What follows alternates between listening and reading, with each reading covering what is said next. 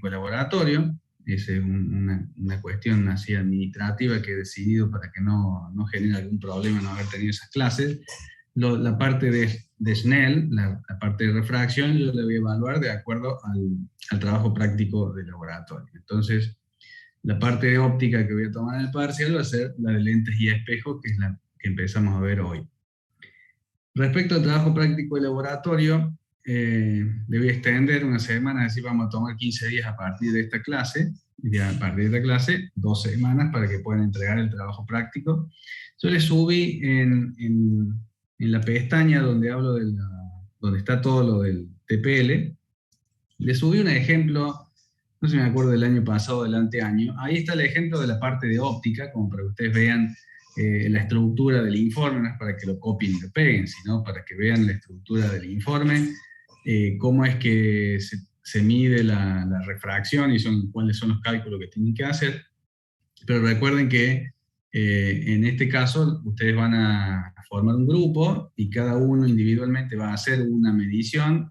Una parte medirá el agua, otra parte medirá el aceite, y después tienen que agregarle la parte de errores, es decir, van a armar una tabla donde cada uno va a poner sus índices de refracción, lo que ha medido. Cada uno mide 2 veces el índice de refracción, porque lo mide en la refracción de entrada al vaso y lo mide en la salida del vaso. Entonces cada uno aporta 2 valores. Entonces, si hay, por ejemplo, 5 del grupo que hicieron para agua, bueno, cada uno trae 2 valores, entonces esa tablita de mediciones de índice de refracción de agua tendrá 10 valores. ¿Está claro? Supongamos, son 10 en el grupo. 5 hacen con aceite y 5 hacen con agua.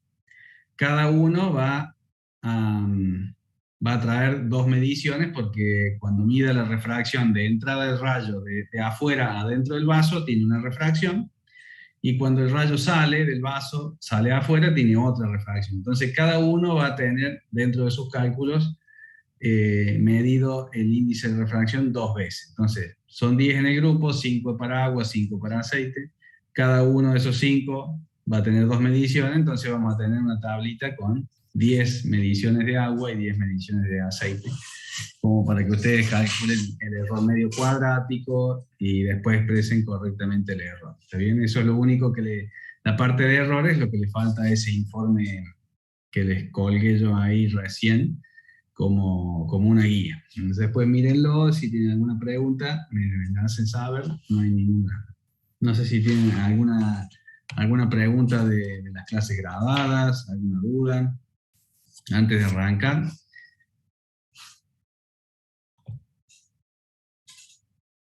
No hay dudas, no hay preguntas. No, profe. ¿Sí? Digan. ¿No? Bueno, entonces si tienen alguna pregunta, directamente abran el micrófono, porque a veces no tengo el chat a la vista, así que si tienen alguna pregunta, hablen, ¿no? No hay ningún problema. Bueno, vamos a empezar a explicar la parte de espejos. La parte de óptica nos falta ver espejos y lentes. Nosotros vamos a ver hoy espejos y la clase que viene lentes. Lamentablemente no tengo más la pizarra del Microsoft Whiteboard, que tenía una regla, tenía para medir ángulos. Cambió la versión y le sacó toda esa funcionalidad. La primera vez que veo que Microsoft cambia la versión para una peor, realmente no. Así que bueno, vamos a ver cómo sale con esta pizarra nueva, que no tiene nada que ver con la otra. Y bueno, vamos a hacer todo lo posible. Vamos a grabar. Bien. Entonces, la clase de hoy se trata de los espejos esféricos. ¿Qué es un espejo esférico? Una superficie esférica, que obviamente nosotros vamos a dibujar un círculo, porque vamos a hacer un corte, pero ustedes imagínense una pelota. Una pelota cortada a la mitad. Cortamos por la mitad. Incluso esta me parece que no está muy esférica. Ahí está.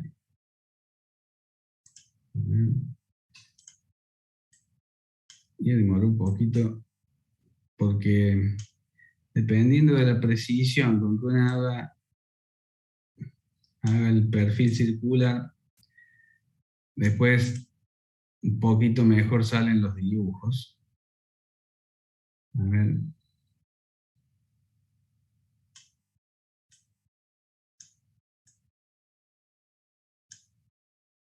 Bueno, ahí.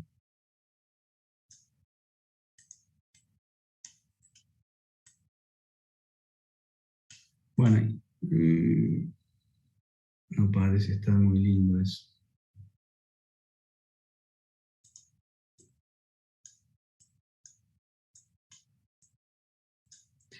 Bueno, supongan que tienen una esfera, cortan a la mitad la esfera, es decir, se quedan con una semiesfera. Y entonces nosotros tenemos dos posibilidades de analizar un espejo en ese caso.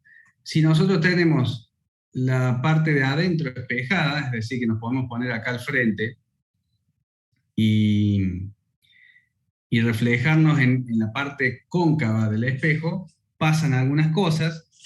Y si nosotros tenemos la parte de afuera espejada y ponemos algo acá y nos reflejamos en la parte convexa, pasan otras cosas. Entonces, vamos a analizar y vamos a hacer dos ejercicios diferentes como para ver qué pasa en un caso y en otro. En el primero de los casos, donde la parte espejada está acá adentro, es decir, olvídense de, esto va a ser medio complicado.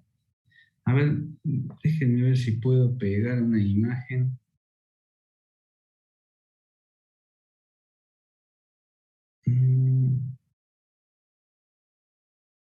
Y si no, con esto va a ser muy complicado. Vamos a tratar de copiar, aunque sea que no quede muy bonito, porque si no se va a confundir. Bien, entonces yo borro acá. Ahí está. Bueno, ese sería nuestro espejo. Vamos a dibujar una línea acá que le vamos a llamar el eje óptico.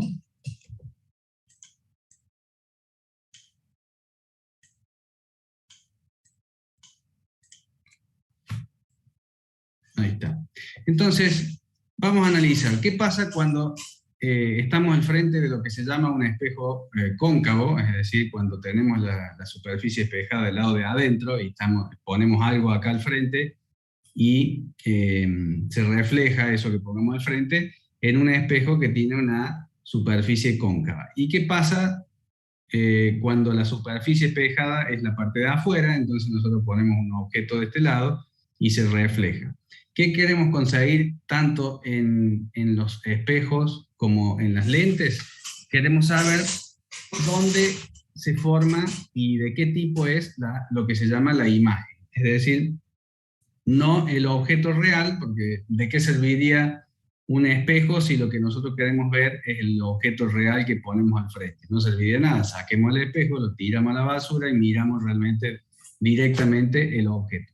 El espejo se pone cuando nosotros necesitamos ver algo que directamente no lo podemos ver o queremos cambiarle alguna magnitud al objeto real. Por ejemplo, hacerlo más grande. Ese es el fundamento de las lupas, por ejemplo. ¿Por qué usamos una lupa? Porque queremos ver el objeto, pero lo queremos ver más grande. Entonces, ¿qué está viendo el ojo en ese momento? No está viendo el objeto, sino la imagen que la lente está formando a partir de ese objeto. Entonces, todo lo que hagamos en estos ejercicios básicamente se trata de obtener la imagen del aparato óptico, ya sea del espejo o de la lente. En esta clase del espejo y la clase que viene de la lente. Entonces, para cada objeto puesto al frente de un aparato óptico vamos a obtener una imagen. Y esa imagen puede estar en una determinada posición, puede estar más grande, puede estar más chica, puede estar pata para arriba, y algunas otras características. Entonces, de eso se va a tratar todo el tema de lentes y espejos. De determinar dónde aparece la imagen y qué características tiene esa imagen. Bueno, entonces lo primero que tenemos que definir son algunos términos cuál es la ecuación que vamos a usar. Siempre, tanto para los lentes como para los espejos, vamos a usar la misma ecuación. Esta. 1 sobre P más 1 sobre Q igual a 1 sobre F. ¿Qué es todo esto? Bueno, F es la distancia focal o directamente foco, que es el centro de curvatura dividido 2. ¿Qué es el centro de curvatura? Bueno, nosotros estamos hablando siempre de espejos esféricos, y entonces evidentemente vamos a tener un centro de curvatura de esa superficie esférica, que será en este caso S. Ese punto que sería como el punto donde yo clavo el compás para trazar este corte circular. Ese sería el centro de curvatura. Entonces, el foco, como se define en la óptica, es justamente la mitad. Entonces, tendremos ahí el foco. Todas estas, tanto el foco como P, que se llama distancia de objeto, como el Q, que se llama distancia de imagen, son eso, son distancias. Distancias medidas ¿desde dónde? Desde el vértice del espejo. ¿Y qué es el vértice del espejo? Ese punto. ¿Esta línea cómo se llama? Esta línea se llama eje óptico.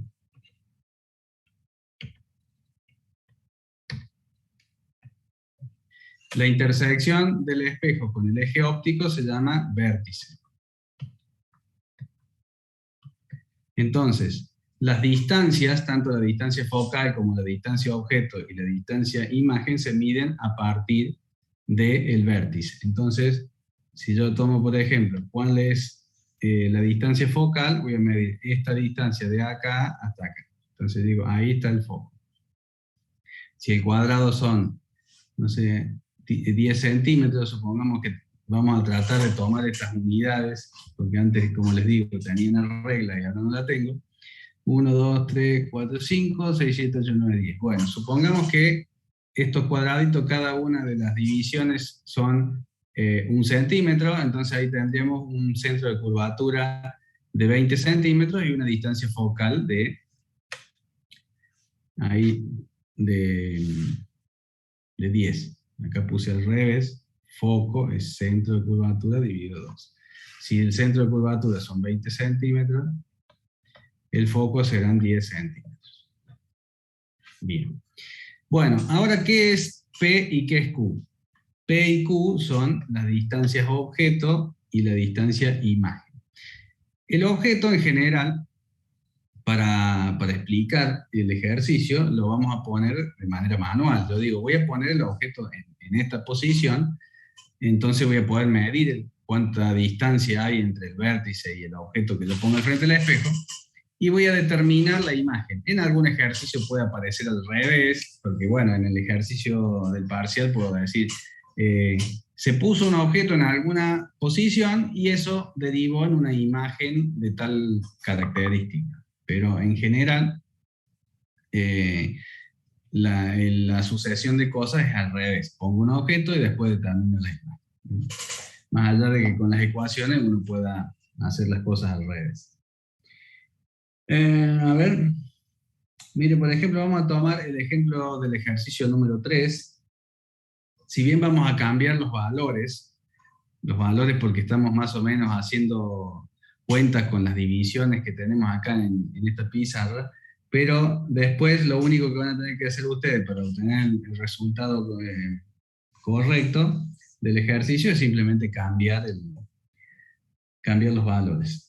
En el ejercicio 3 dice, una varilla de 8 centímetros de altura se coloca a 60 centímetros de un espejo cóncavo.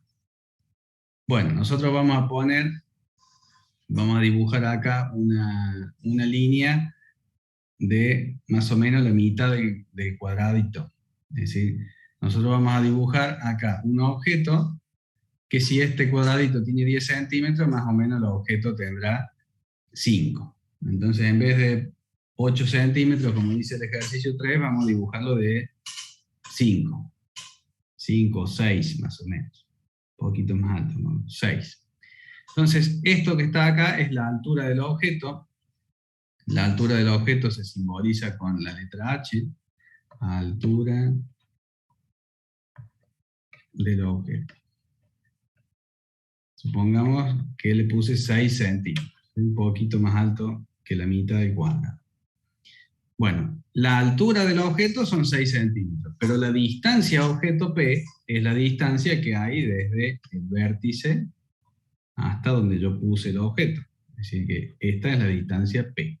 Entonces ahí tengo más o menos configurada la situación del espejo cóncavo. Estoy estudiando el espejo cóncavo, que tiene toda esta parte de adentro espejada. Ya definí qué es el centro de curvatura y qué es el foco, eso no va a cambiar. Yo puedo cambiar de posición el objeto, pero el centro de curvatura y el foco se van a mantener constantes porque es propio del aparato. Ya sé cómo medir la distancia focal, ya sé cómo medir la distancia objeto. Bueno, ¿qué tengo que determinar? Tengo que determinar dónde está la imagen que provoca ese espejo. La tengo que determinar de manera gráfica y después comprobarla o corroborarla con las ecuaciones. ¿Cuáles son las ecuaciones? Esta, la principal, esa es la ecuación del constructor del espejo. Esa siempre la vamos a tener. Y después hay otra ecuación que determina o que define la relación de tamaños, que se llama aumento lateral. M no es masa, sino en este caso aumento lateral, que es H' sobre H, donde H ya dijimos que era la altura del objeto, en este caso 6 centímetros, y H' va a ser, vamos a poner por acá, altura o tamaño de la imagen, que todavía no la tenemos. Entonces, imagínense que un espejo produce una imagen del doble de tamaño que el objeto. Puse un objeto al frente de 6 centímetros y el espejo produce una imagen de 12 centímetros. Entonces, cuando yo haga esta ecuación, voy a decir, ¿cuánto mide la imagen? 12 centímetros. ¿Cuánto era el objeto real? 6. 12 dividido 6, 2. Quiere decir que tengo un factor de amplificación de 2. La imagen aparece del doble que el objeto. ¿Qué pasa si ocurre al revés? Yo pongo un objeto, como en este caso, de 6 centímetros y la imagen me aparece de 3 centímetros. Bueno, cuando haga esta ecuación voy a decir 3 dividido 6, 0,5. Y voy a tener un factor de reducción del 50%, es decir, 0,5. Entonces, esto es simplemente la definición de lo que se llama factor de amplificación, que puede ser mayor a 1 o menor a 1, dependiendo si la imagen aparece más grande o más chica que el objeto original. Esta ecuación y esta se relacionan, esto hay un par de pasos matemáticos que lo hacen en el teórico, pero que se relaciona con las distancias focales y las distancias objeto. Perdón, la distancia objeto y la distancia imagen. Esto dice acá. Sé que el factor de amplificación se puede calcular con esta ecuación y también se puede calcular con esta ecuación. De esa manera uno relaciona el factor de amplificación con esta otra ecuación. Entonces ustedes ya se pueden ir imaginando que en algunos problemas ustedes pueden armar un pequeño sistema de ecuaciones, porque acá tengo P y Q y acá también tengo P y Q. Entonces, a veces eso puede derivar en que podamos armar un pequeño sistema de ecuaciones. Francisco me pregunta, ¿qué era P y qué era Q? Bueno, P, ya lo estás viendo acá, es a cuántos centímetros del vértice del espejo pongo el objeto que yo quiero reflejar. Yo pongo un objeto porque quiero que ese objeto se refleje en el espejo y me provoque una imagen, ¿está bien? Entonces P es la distancia a la cual yo pongo ese objeto. En este caso estamos suponiendo que tenemos el espejo en la parte de adentro, es decir, estamos frente a un espejo cóncavo. Y Q va a ser la imagen, Q va a ser la distancia a la cual va a aparecer la imagen, que todavía no la conocemos, por eso no la puse. Todavía no sé dónde va a aparecer la imagen. ¿Está bien? Bueno, Para determinar gráficamente... Disculpe, profe. Sí. Dijo que Q es la distancia de la imagen. Claro. Que, si, por ejemplo, yo no sé, después vemos dónde aparece. Supongamos que la imagen aparezca por acá. Ahí que aparece la imagen grandota. Y no es esa la realidad, pero supongamos que ahí apareció la imagen. Bueno, entonces la distancia Q va a ser de este punto hasta ahí. Esto va a ser Q.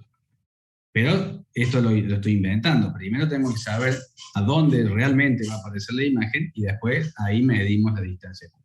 Y la vamos a corroborar con esta ecuación. Bien, nosotros podemos ir calculando. Ahí ya me pasé. Menos Q sobre P. Porque por ahí, fíjense que acá yo sí ya definí que P es, a ver, si dijimos 10, 30 centímetros, yo ya definí que P vale 30 centímetros. Entonces yo puedo ya ir calculando cuánto vale Q. Fíjense que lo podemos despejar. 1 sobre Q es igual a 1 sobre el foco menos 1 sobre P. Pasé este 1 sobre P que está sumando, lo pasé restando. Y después digo que Q es igual a 1 sobre el foco menos 1 sobre P. Entonces, 1 dividido 1 sobre el foco, 10 centímetros. P vale 30 centímetros. Entonces,